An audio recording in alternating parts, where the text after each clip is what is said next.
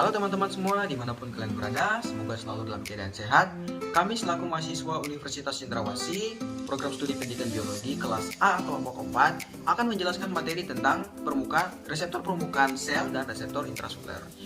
Untuk melengkapi salah satu tugas yang diberikan oleh Ibu dosen Nurbaya, dan terima kasih buat Ibu yang telah menerangkan tentang materi dan memberikan tugas kepada kami. Sebelum masuk pada pembahasannya, izinkan kami memperkenalkan diri. Saya sendiri Israel Leonari, ada Lisa Laura Wandi, Yan Peter Soserai, Rumanus Madai, Leonard Mote, Bilemon Muyapa, dan John Tunaidubai. Nah, apa sih reseptor itu? Reseptor adalah molekul protein yang mana dia menerima sinyal kimia dari luar sel. Ketika sinyal kimia tersebut dia berdekatan dengan reseptor, maka akan terjadi beberapa bentuk respons seluler, misalnya perubahan aktivitas listrik sel. Molekul pemberi sinyal yang melekat pada reseptor disebut ligan, yang berupa peptida atau molekul kecil seperti neurotransmitter, hormon, toksin, ataupun obat. Nah, reseptor ini terbagi menjadi dua.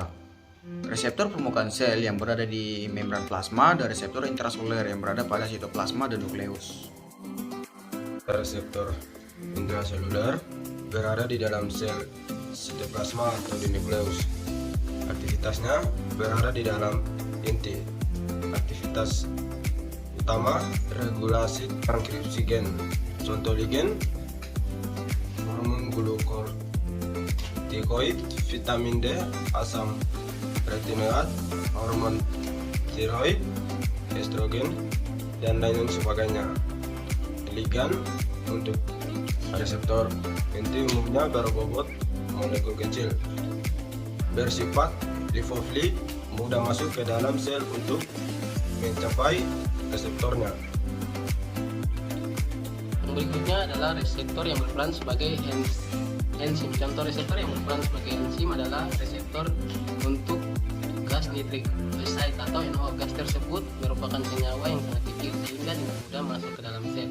Ketika sampai di dalam sel, gas tersebut akan berikatan dengan enzim guanil silis. Ikatan antara gas nitrik oxide atau NO dan enzim guanil silis mengkatalisis sintesis dari silis guanasin monofosfat atau GMP. GMP adalah molekul messenger intraseluler yang menstimulasi respons spesifik seperti relaksi pada sel otot. Selanjutnya di sini ada reseptor permukaan sel. Reseptor permukaan sel merupakan reseptor yang tertanam dalam membran plasma sebuah sel. Mereka ini bertindak sebagai persinyalan sel dengan menerima atau mengikat molekul ekstraseluler. Reseptor permukaan sel merupakan protein membran integral khusus yang memungkinkan komunikasi antara sel dan ruang ekstraseluler. Pada reseptor permukaan sel dapat terbagi menjadi 3 bagian reseptor. Reseptor yang pertama adalah reseptor yang mengikat ion kanal. Reseptor yang kedua adalah reseptor yang mengikat GTP atau G protein. Reseptor yang ketiga adalah reseptor yang mengikat enzim. Reseptor pengikat ion.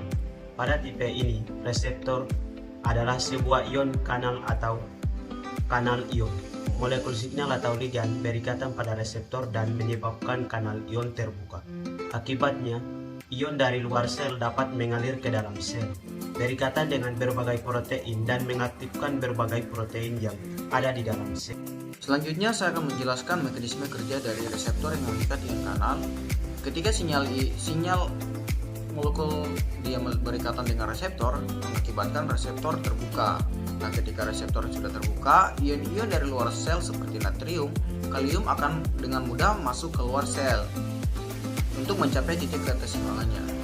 Nah, pengaruh yang dihasilkan ini bersifat elektris. Reseptor pengikat G protein. Pada tipe ini, reseptor akan mengikat G protein.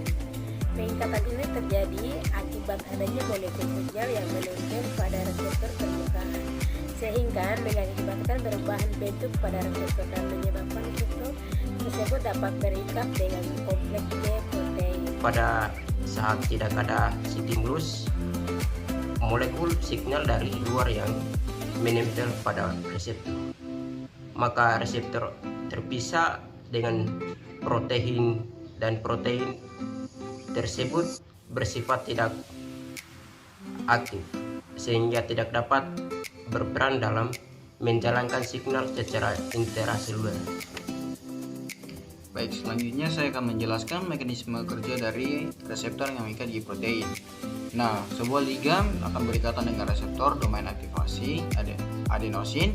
Nah, sehingga memicu aktivasi protein G karena perubahan molekul ginosin difosfat GDP menjadi ginosin trifosfat. Sehingga kompleks protein G yang tersusun atas protein alfa, beta, gamma mengalami disosiasi pada salah satu kompleks akibat dari pengikatan molekul GDP.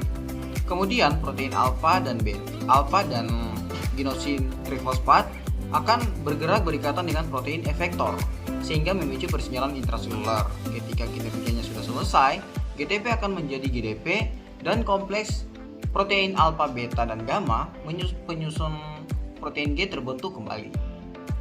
Pada proses selanjutnya terdapat pesan kedua, yaitu ketika pengikatan kompleks protein G dan GTP pada protein efektor memicu kinerja enzim ATP sehingga dapat menginisiasi produksi molekul silik adenosin monofosfat atau CAMP.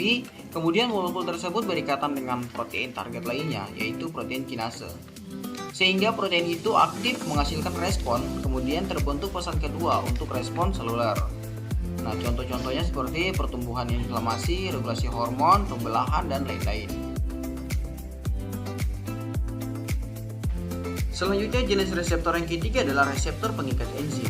Pada tipe ini, reseptor mengikat suatu enzim, sehingga apabila suatu molekul sinyal atau ligand terikat pada reseptor tersebut, maka akan terjadi aktivasi unit katalitik pada bagian ujung reseptor yang berada di dalam sel. Dapat dilihat pada gambar. Nah, sebelum reseptor protein ini berikatan dengan ligand, reseptor ini merupakan polipeptida tunggal. Ketika ligand berikatan dengan reseptor, maka dua polipeptida akan menyatu dan membentuk dimer. Ketika sudah menyatu membentuk dimer, maka dia akan melepas gugus ATP menjadi ADP dan protein pun teraktivasi yang menghasilkan respon seluler. Kesimpulan dari pembahasan materi yang sudah kami bawakan adalah reseptor merupakan molekul yang protein yang menerima sinyal kimia dari luar sel.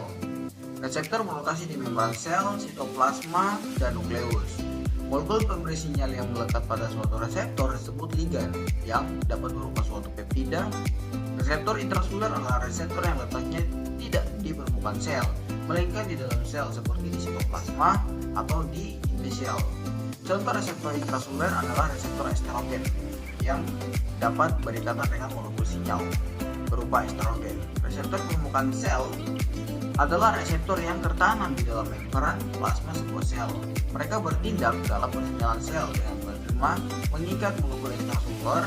Terdapat beberapa jenis reseptor permukaan sel, diantaranya adalah reseptor yang mengikat ion kanal, reseptor yang mengikat G protein, dan reseptor yang mengikat enzim. Sekian penjelasan materi dari kami. Jika ada salah kata, mohon maaf. Dan terima kasih sudah mengklik dan menonton video ini hingga akhir.